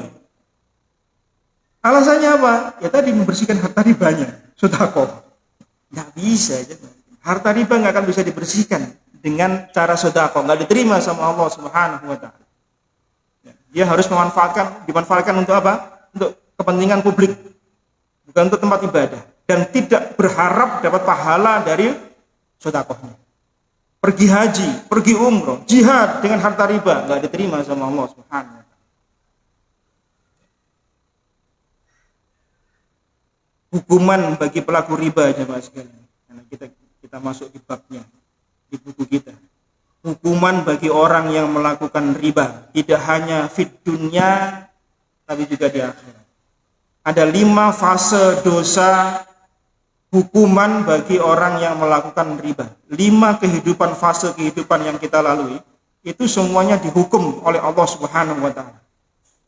Untuk menunjukkan apa? Beratnya pelaku riba. Baik yang makan, yang memberi maupun yang mencatat. Saksinya dihukum oleh Allah Subhanahu wa Ta'ala. Apa fase hukuman yang Allah berikan bagi orang yang memakan riba? Yang pertama adalah di fase kehidupan di dunia. Allah turunkan surah Al-Baqarah 276. Yamhaqullahu riba wa yurbis shadaqat. Allah membinasakan riba dan menumbuh kembangkan sedekah. Kata Imam Ibnu Katsir ketika menafsirkan ayat ini, Allah menegaskan bahwasanya Allah menghilangkan harta yang diperoleh dari riba. Allah hancurkan, Allah binasakan, entah dari sisi kuantitasnya atau dari sisi kualitasnya, itu keberkahannya. Pelaku riba boleh jadi mungkin kaya, tapi tidak ada keberkahan sama sekali dari harta yang dia peroleh. Boleh jadi Allah akan hancurkan harta itu dengan cara terbakar, tenggelam, dan seterusnya. Kata Ibnu Mas'ud radhiyallahu anhu, Nabi SAW pernah bersabda dalam hadis yang diriwayatkan oleh Imam Ibnu Majah, "Ma ahadun aksara minar riba illa kana akibatu amrihi ila qillah." Siapapun orangnya yang memperbanyak aksara minar riba, memperbanyak hartanya dengan cara riba, melainkan akhir kehidupannya adalah jatuh miskin. Kapan itu? Ya bisa cepat, bisa lambat. Yang jelas Allah akan miskinkan dia, baik dari segi hartanya itu berkurang atau dari segi keberkahannya yang tidak ada. Coba kita lihat bagaimana pelaku-pelaku riba aja, Mas. Orang-orang yang bekerja secara aktif ya di dunia ribawi, tidak ada ketenangan, ya Mas. Hidupnya itu tidak ada ketenangan. Harta yang dia peroleh ada saja yang keluar, ada saja yang menyebabkan harta itu harus kemudian keluar tanpa dia mengetahuinya untuk apa. Karena apa? Allah cabut keberkahan dari harta riba. Beda dengan sedekah. Allah menumbuh kembangkan sedekah. Hakikatnya ketika kita bersedekah, uang kita di dompet kita ada 100.000, kita sedekah 50.000. Yang nyata terlihat apa? Berkurang kan 50.000. Tapi sejatinya harta kita berkembang yang 50.000. Allah tumbuh kembangkan. Bukankah setiap harinya, setiap paginya Allah turunkan 2 malaikat untuk mendoakan kita, yang sedekah dan yang bakhil. Kalau orang bersedekah, kemudian Allah doakan lewat malaikatnya. Malaikatnya berdoa, ya Allah berkahi harta yang tersisa, tumbuh kembangkan harta yang tersisa, dan hancurkan ya Allah harta orang yang bakhil, dan seterusnya. Nah kalau orang kemudian makan dari harta riba, dapat doa dari yang sisi mana? Berkembang dari sisi yang mana? Nggak ada keberkahannya. Maka kelihatannya, makanya kata orang itu sawang sinawang. Kataannya enak ya. Dia mikir itu kita yang enak. Mereka banyak sekali kesulitannya. Mau resign, nggak semudah itu untuk resign. Walaupun beberapa Orang kita jumpai resign. Saya di Surabaya itu ngisi kajian setiap bulan kalau nggak salah waktu itu. Itu ada sekitar 5 atau 7 orang resign satu persatu selama saya ngisi di sana. Ya Allah walam apa karena kita sampaikan soal riba apa enggak, keluar satu persatu. Termasuk manajer areanya pun juga resign. Masya Allah. Posisinya enak. Posisinya enak. Manajer area. Resign. Ada satu yang kita sayangkan belum sempat resign, Allah takdirkan meninggal dunia. Terus sudah kita nasihati, Pak segeralah resign. Baik yang guyonan, bahasa halus atau kasar-kasar didik ya, sudah dicoba semua, ternyata beliaunya dengan berbagai pertimbangan, karena nggak semudah itu ya Mas. Keluar dari lembaga yang seperti itu tidak semudah kita menggoreng pisang goreng di wali-wali. Ada banyak tanggung jawab yang belum selesai, ada tanggungan itu banyak, mikir anak-anaknya belum, sekolahnya belum selesai dan seterusnya, banyak lah, pertimbangannya itu banyak gitu. Bukan hanya semata kemudian ya selesai keluar, enggak. Ada pertimbangan sisi mental. Kekuatan mental kita ketika sudah resign itu kan tidak semudah itu. Orang sudah enak pada posisi manajerial itu kan sudah enak. Kemudian keluar resign, apa yang mau dikerjakan belum tentu levelnya seperti itu. Dan itu butuh mental kan, butuh ketakwaan yang kuat. Maka Allah uji gitu. Sebagiannya gagal di tengah jalan. Sampai mengatakan, "Biar lapo metu." Kenapa? Mentalnya nggak kuat. Karena dia harus tertatih-tatih nata ekonominya. Dia mulai nol lagi, mungkin di bawah nol boleh jadi. Dia ulang kembali kehidupannya, dia nata kembali, sedikit demi sedikit berdagang, seterusnya. Ya, Allah berikan keteguhan iman pada orang-orang seperti itu. Jadi hartanya Allah tidak akan berkahi, Allah akan hancurkan. Yang kedua, ketika hukuman itu ada di alam kubur. Ketika di alam kubur, Allah pun juga memberikan hukuman bagi orang pelaku riba. Bagaimana yang diceritakan oleh Nabi SAW ketika beliau SAW bermimpi, ya, melihat orang yang berenang di sungai darah, kemudian ketika sampai hampir ke tepian ditimpuki oleh batu, disesali batu di mulutnya, hancur, kemudian dia terbawa lagi, begitu seterusnya. Nabi bertanya pada malaikat Jibril, siapa dia ya Jibril? Maka kata Jibril, itu adalah orang-orang pemakan riba. Jadi di alam kubur itu ada siksa kubur. Di antaranya adalah orang-orang yang makan riba itu Allah siksa dengan seperti itu kondisinya. Batu dipukulkan, ditimpakan, dimasukkan ke mulutnya, dijejalkan gitu ya. Sebagai bentuk dia makan dulu makan harta riba, sekarang diganti batu yang dimasukkan ke mulutnya. Hukuman di alam kubur. Hukuman di alam kubur. Bahkan di sebagian riwayat, tapi riwayatnya dhaif, itu Nabi melihat orang pemakan riba itu perutnya ada di hadapan tubuhnya. Sayangnya apa? Saking besarnya. Sak rumah gitu. Di dalamnya penuh dengan ular-ular berbisa yang menghancurkan kemudian perut orang yang makan riba. Itu hukuman bagi orang yang dahulu makan riba, sekarang diganti perutnya yang apa? Yang keluar. Itu di alam kubur. Kemudian hukuman yang ketiga yang Allah berikan, yaitu ketika dibangkitkan dari alam kubur. Ketika Allah bangkitkan di alam kubur,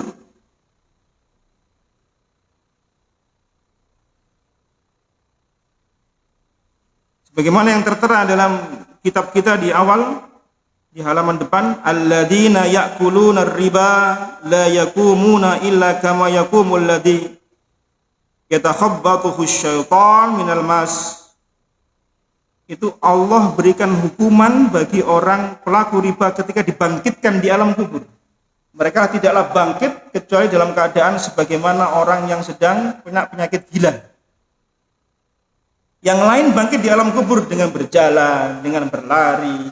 Mereka bangkit itu jatuh bangun, sempoyongan, seperti orang yang kerasukan setan. Karena apa? Ketika dahulu di dunia mereka mengatakan jual beli itu sama dengan riba. Dihukum sama Allah. Jadi, hukumannya tidak hanya di dunia, tidak hanya di alam kubur. Ketika mereka bangkit di alam kubur untuk menuju pengadilan Allah Subhanahu wa taala di padang mahsyar, mereka pun juga sudah dihukum oleh Allah Subhanahu wa taala. Dibangkitkan dalam keadaan sempoyongan. Tidak jejak, jatuh bangun lagi. Sehingga orang-orang pada tahu, oh ini pemakan riba ini. Karena yang lain pada berjalan atau berlari, dia jatuh bangun. Hingga terlihat di seluruh alam, di seluruh hari kiamat. Hukuman yang keempat, yaitu ketika di padang mahsyar. Sebagaimana Allah Subhanahu wa taala berfirman di buku kita ada di halaman awal, ya ayyuhalladzina amanu taqullaha wa zaru ma baqiya minar riba in kuntum mu'minin fa illam taf'alu fa'dzanu biharbim minallahi wa rasulih.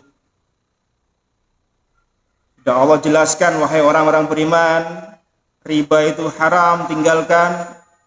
Maka kalau masih melakukan seperti itu, apa? Jika kalian masih melakukan riba, diumumkan perang kepada orang yang melakukan riba. Yang umumkan perang jamaah sekalian, Allah Subhanahu wa taala. Tidak ada hukuman yang pelaku dosanya diajak perang kecuali riba. Ya apa perang di Allah itu? Ya apa? Allah yang punya bumi, Allah yang punya langit, Allah yang punya surga, Allah yang memberi kehidupan kita, ngajak perang kita. Gimana? Ibnu Abbas menjelaskan ayat ini.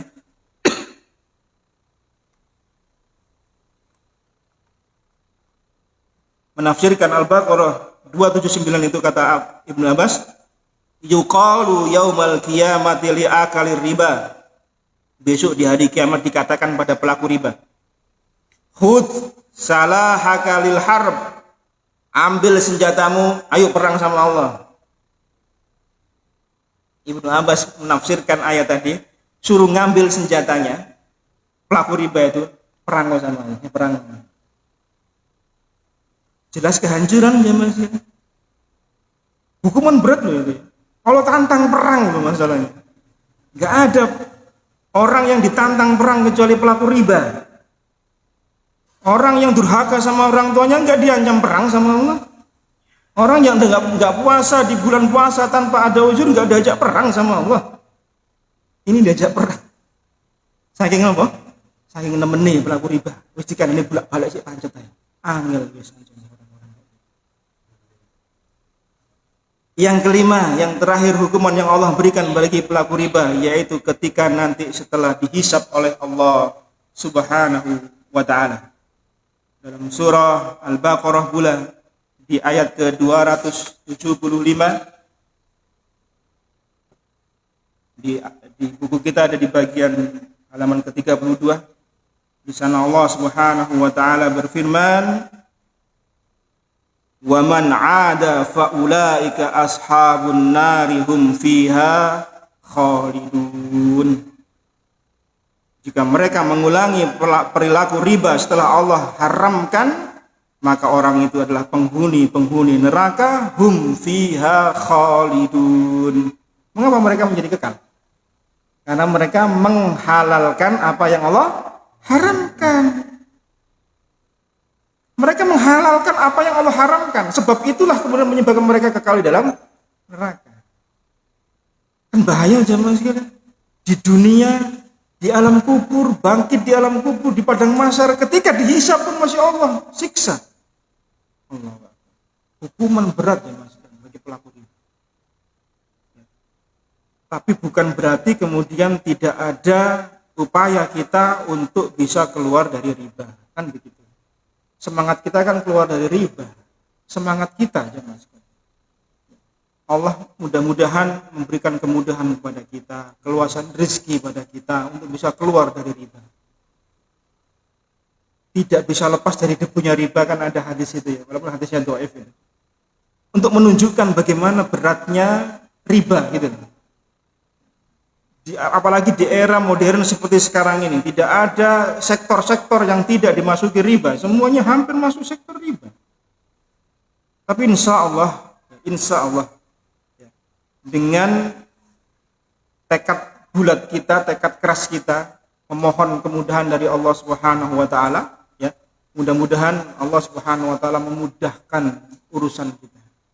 Ya, bukan tidak mungkin ya, banyak lembaga-lembaga yang mungkin belum berkembang besar itu mengadakan gampangannya pinjaman tanpa bunga itu ada, walaupun mungkin skupnya tidak banyak karena memang dananya butuh dana besar soalnya kan, atau mungkin ada tapi dibagi-bagi untuk yang lain supaya merata sehingga plafonnya mungkin tidak banyak,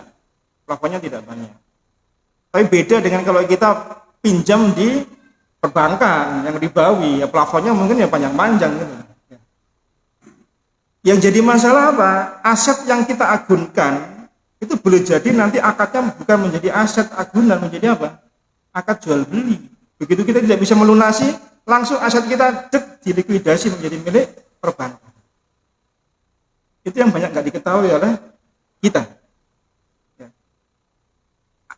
Asetnya mungkin misal 5 miliar ini, tanah, rumah, dapat pinjaman berapa? Nggak sampai 5 juta. Paling 1 juta, 1 miliar notok. Plafonnya cuma segitu.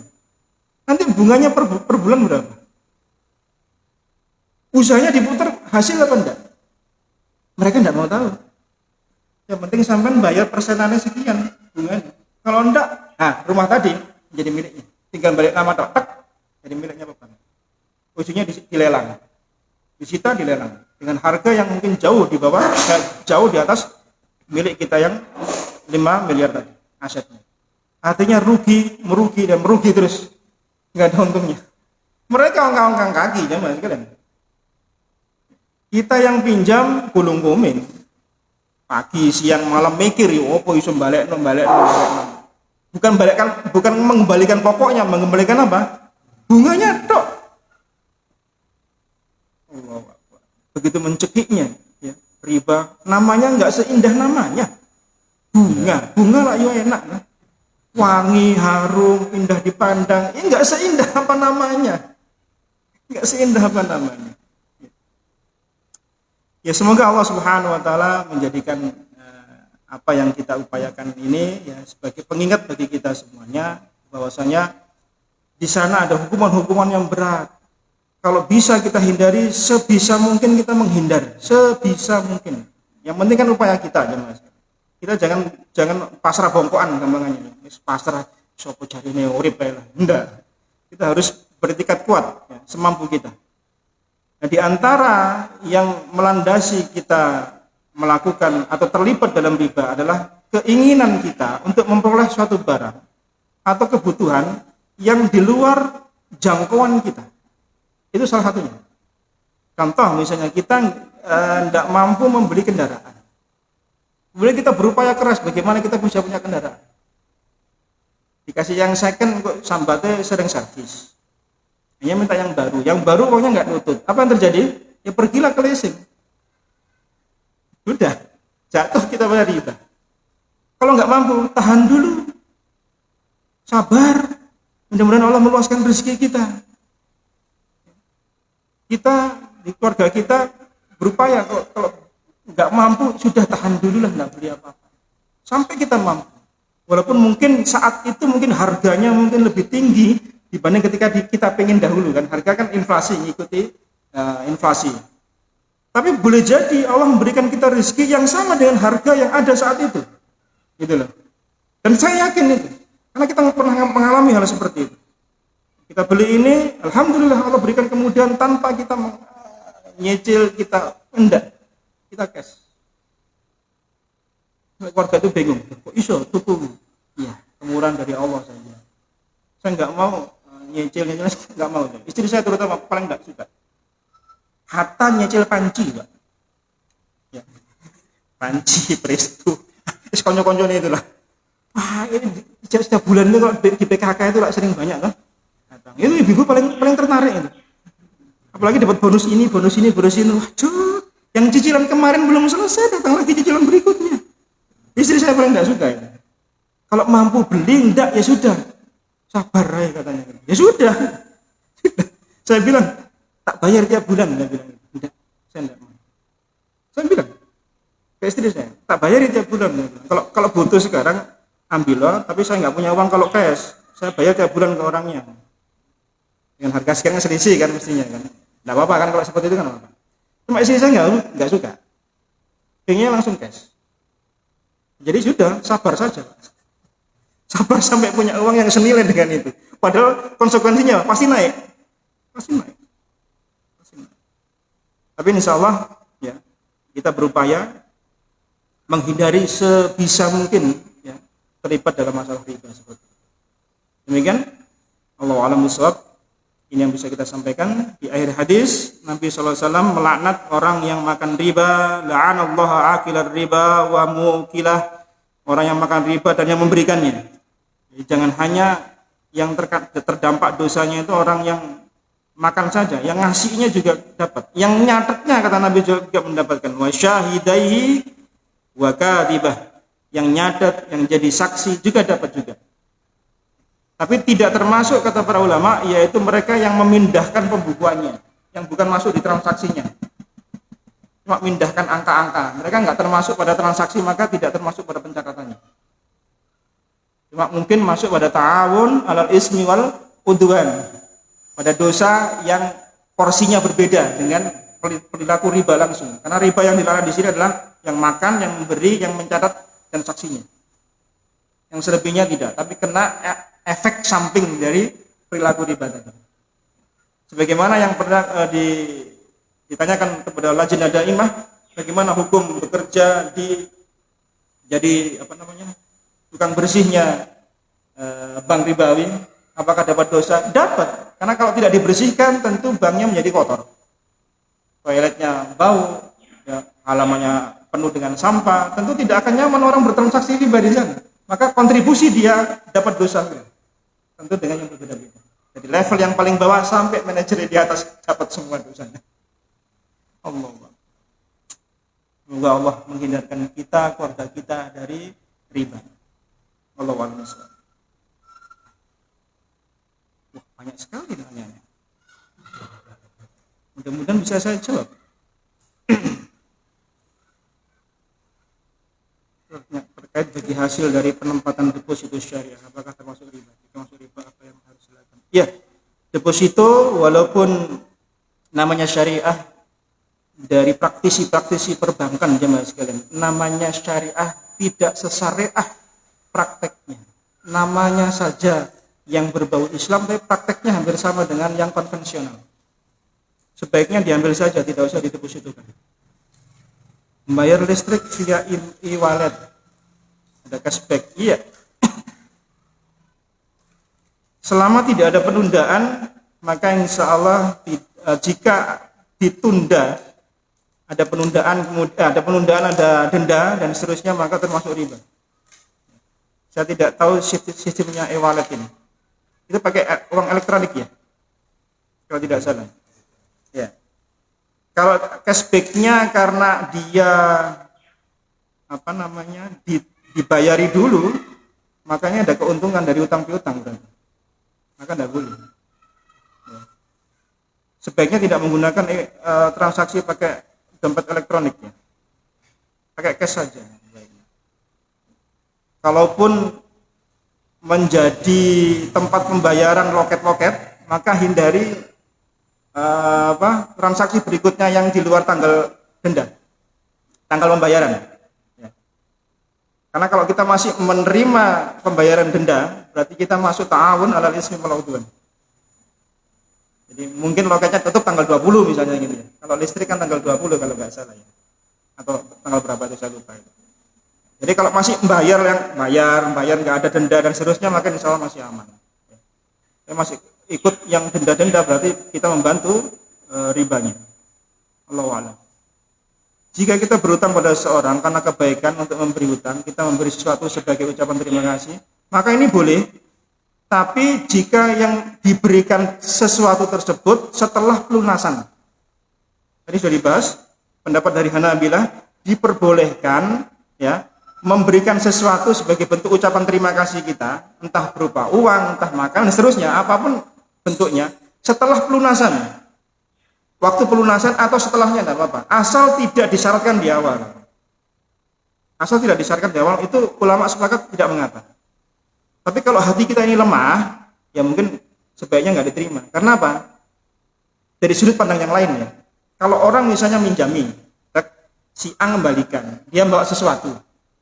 Kemudian, kalau saya pinjami si A, dia bawa sesuatu. Besok lagi kalau dia pinjami, ya arep-arep. Kenapa? Kemarin sudah ngasih saya.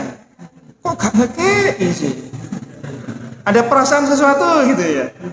Atau dia pinjamkan kepada orang lain tidak memperlakukan sebagaimana orang yang tadi. Dia ngembalikan ya biasa saja, lempeng aja. Nah, ini 100 gitu aja, enggak ada tambahan. Mikir, kok gak ngekei kayak sini kok, wis kata kayak status lang. Boleh jadi akan muncul perasaan seperti itu. Kalau hati kita ini lemah, ya sebaiknya tidak diterima lah. Tapi boleh kok, aslinya diterima boleh. Ya, asal tidak mensyaratkan tuh ya. Sebagai syarat terima kasih. Tidak apa-apa. Ya, asal tidak mensyaratkan sesuatu tidak mengapa. Sebagai bentuk kebaikan kita ketika mengembalikan adalah kita melebihkan tapi tidak pakai syarat di awal. Ini murni inisiatif yang berhutang ya. Boleh, tidak apa-apa. Ya, tidak apa-apa. Dua, jika kita memberi tips atau hadiah pada seorang atas pekerjaannya kepada kita, tapi seorang ini telah digaji, maka ini tidak boleh.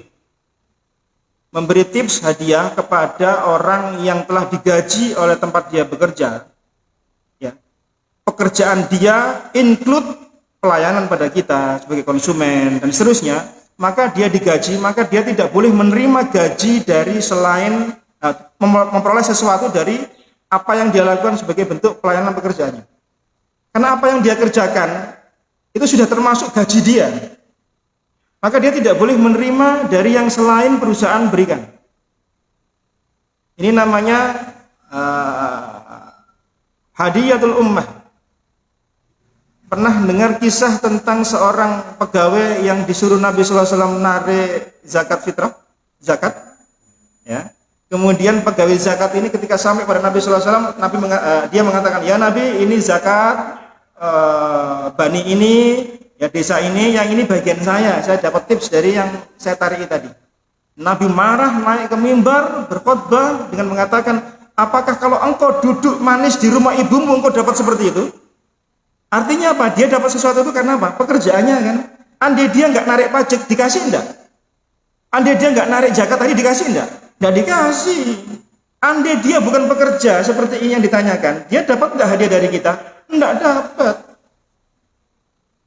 Termasuk ya petugas dari BUMN apa yang datang ke rumah kita, apa namanya, nyatat misalnya kerusakan listrik, kerusakan PDAM kan, biasanya yang punya rumah ngasih enggak? Ngasih bagi bentuk terima kasih, padahal enggak boleh itu, enggak boleh. Karena apa? Dia sudah digaji, include masuk pada pelayanan seperti itu, entah siang entah malam, sudah termasuk dalam perjanjian job description-nya dia. Ketika dia tanda tangan kerja, ya termasuk itu bagiannya, beneri listrik yang mati dan ini. Ini pengalaman di rumah aja mas. Suatu ketika rumah di saya di Waru itu, listriknya mati tanpa sebab. Semua nggak ada yang mati kecuali rumah saya. Sampai ada yang guyon, belum dibayar Pak, ya sudah dibayar. Karena semua itu nyala, kecuali rumah saya mati. Jegrek-jegrek sana, jegrek sini, tidak nyala-nyala. Panggil PLN 123, call center, panggil, datang malam 10:30. Sampai ngantuk-ngantuk saya nunggu, mati itu lampu, karena saya nggak bisa tidur. Gelap mulai dari habis sisa loh, bayangkan. Sampai 10:30, tidak nyala-nyala. Datang 10:30, datang 3 orang. Mereka juga bingung. Kok nyala-nyala, salah apa nyala? Ya, alhamdulillah selesai. Ibu saya, mungkin biasa sebelum-sebelumnya ya, nitip saya uang. Saya bilang ke istri saya, simpen aja duit. Aku sih ngadepi PLN ini. Saudara saya, Pak, makasih. Ya Pak, jazakallah khair, terima kasih banyak. Dia pulang. Besok saya ceritakan ke ibu saya. Ibu saya bilang, menenek rusak, uangnya gak ada ini mana. Ini apa? Gak kon kayak duit. Sampun Bu, jazakallah khair, saya bilang gitu. Nah, jadi kebiasaan di tengah masyarakat kadang seperti itu, jangan. Nah, pegawai seperti itu yang sudah include gajinya, entah dia diberi, entah tidak, dia tetap maksimal memberikan pelayanan. Bukan karena diberi dia perbagus servisnya, ketika nggak diberi, salah-salah. Nggak boleh. Coba contoh yang paling gampang, kita servis motor. Pernah ngasih orang kan, mas di rokok, orang umum seperti itu biasanya, di rokok, itu nggak boleh. Karena dia digaji sama tempat servisnya. Entah baik entah tidak, ya dia digaji gitu loh. Antum ngasih itek masuk pada bukan riba sebenarnya, pada riswah. Ya. Sogokan supaya dia memperbagus kerjanya. Contoh, ada orang kerja di bagian quality control, QC gitu ya, quality control. Kalau barang itu masuk dia yang kontrol. Perusahaan yang masukkan barang berterima kasih karena barangnya masuk ke perusahaannya. Sebagai bentuk terima kasih, dikirimlah parcel pada dirinya. Bagi apa? Bentuk terima kasih sudah masukkan barangnya. Hadiyatul ummah. Tidak boleh. Kalau mau selamat, maka barang tadi sampaikan pada pimpinan. Ini jalan keluarnya ini, jalan keluarnya. Kita dapat tips seperti ini, maka yang diberi ini, pegawai ini sampaikan pada pimpinan. Pak, saya dapat tips ini dari pelanggan ini. Terserah mau pimpinannya mau ngapain. Entah dibagi rata, ya silakan kamu ambil, ya ambil. Kalau enggak, ya biarin. Jalan keluarnya kayak gitu. Ya. Tapi hukum asalnya enggak boleh menerima. Kalau dia itu memang digaji include dari perusahaannya. Tapi kalau dia kerjanya tidak digaji pasti, tidak ada bulanan, maka boleh memberikan hadiah. Orangnya freelance lah katakan ya, freelance datang kemudian betulkan ini, saya tambahin ini, itu enggak apa-apa.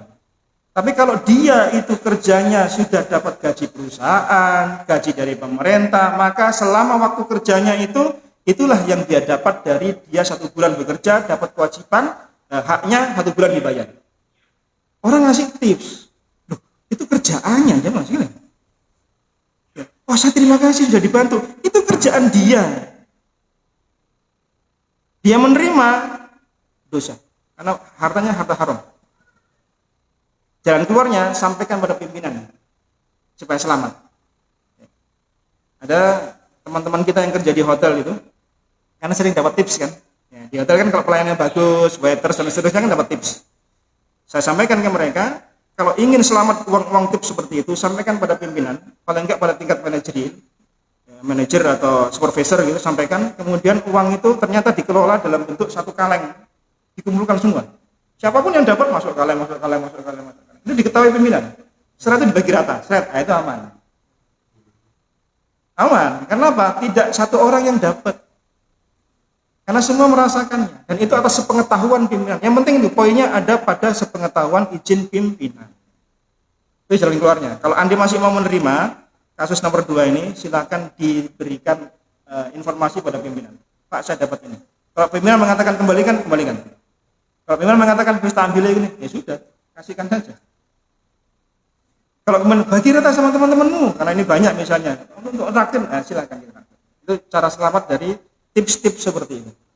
Ya, ini perhatian juga bagi kita yang bekerja di instansi atau apa saja lah.